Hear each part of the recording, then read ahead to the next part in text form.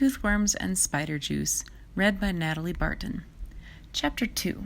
Kissing a Donkey. For thousands of years, dental knowledge was so primitive that most people depended on folk prescriptions from their families and neighbors whenever they had a toothache.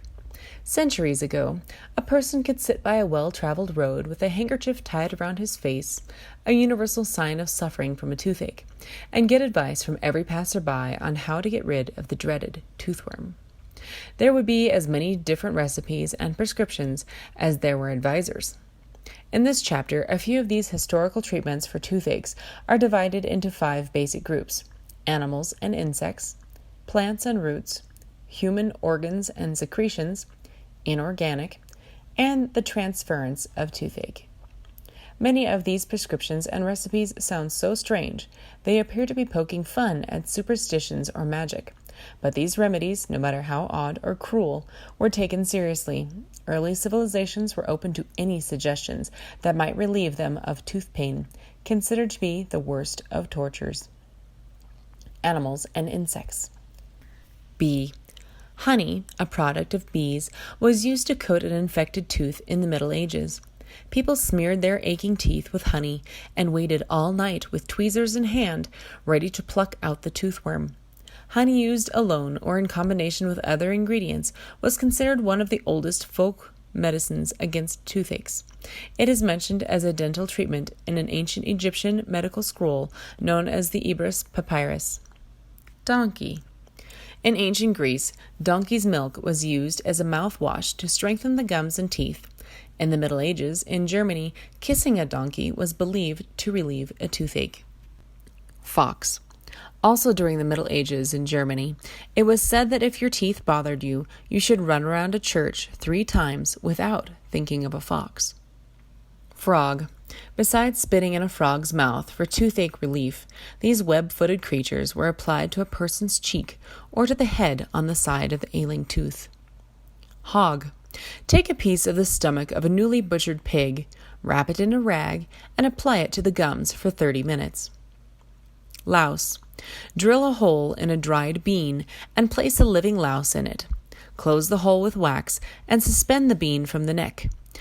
A live louse was also deposited into the cavity of an aching tooth in the hope of a cure. Mole. The ancient Romans used to tear out a mole's tooth and carry it tied to the body to stop toothaches. Mouse. To be cured of a toothache, bite off the head of a living mouse and suspend it from the neck, but beware of making a knot in the thread or in the ribbon upon which it is suspended.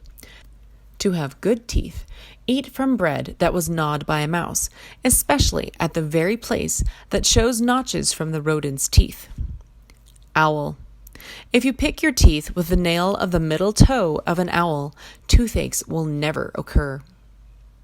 Plants and roots. Cloves. This spice was rubbed on sore gums. Oil of cloves is still used in dental materials today. Garlic.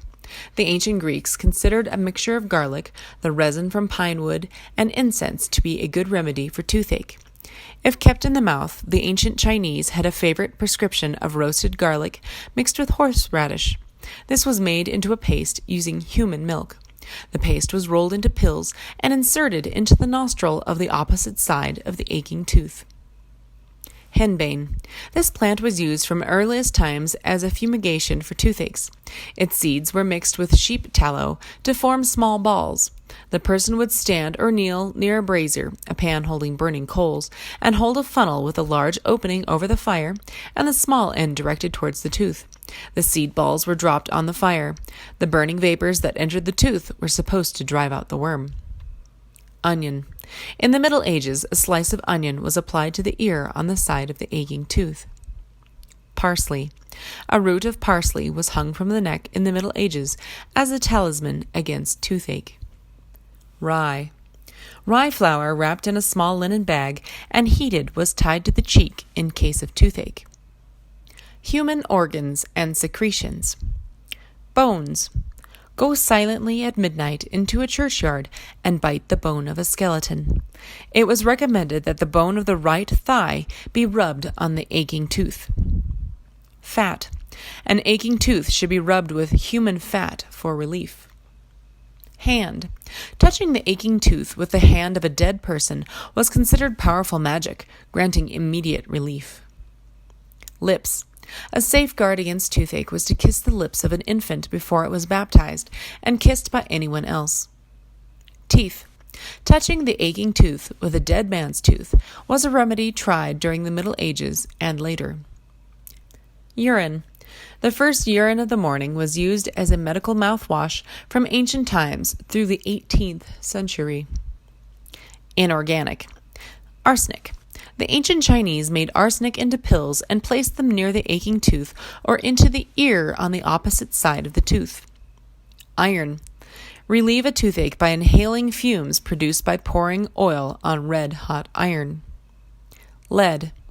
Place a used lead bullet, which had passed through a deer or some other game animal, under the person's tongue to get rid of a toothache. Salt. The ancient Hebrews believed in applying a grain of salt to the aching tooth. In ancient Greece, salt was considered helpful in the cure of ulcerated gums. In modern times, we still use salt mixed with warm water to heal irritated gums. Water. A water foot bath was used in ancient times to relieve a toothache. A more recent bit of advice, also involving water, was definitely intended for humor. To get rid of tooth pain, take a mouthful of cold water and sit on a hot stove until the water in your mouth begins to boil.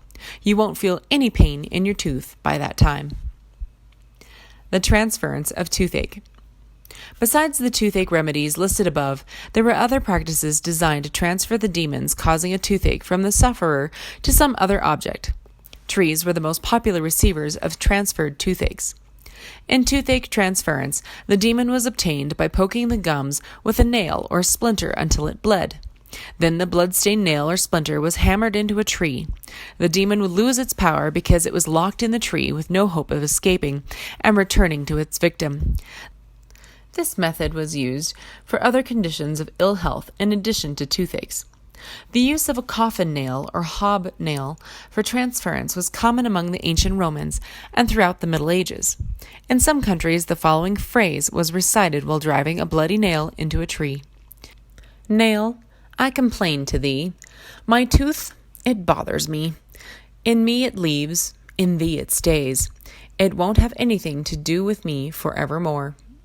Sometimes the transference of toothache to a tree did not need to have a nail hammered into it. In Germany, a sufferer would kneel down in an orchard in front of a pear tree just before dawn and say, Pear tree, I complain to thee. The red worm is pricking me.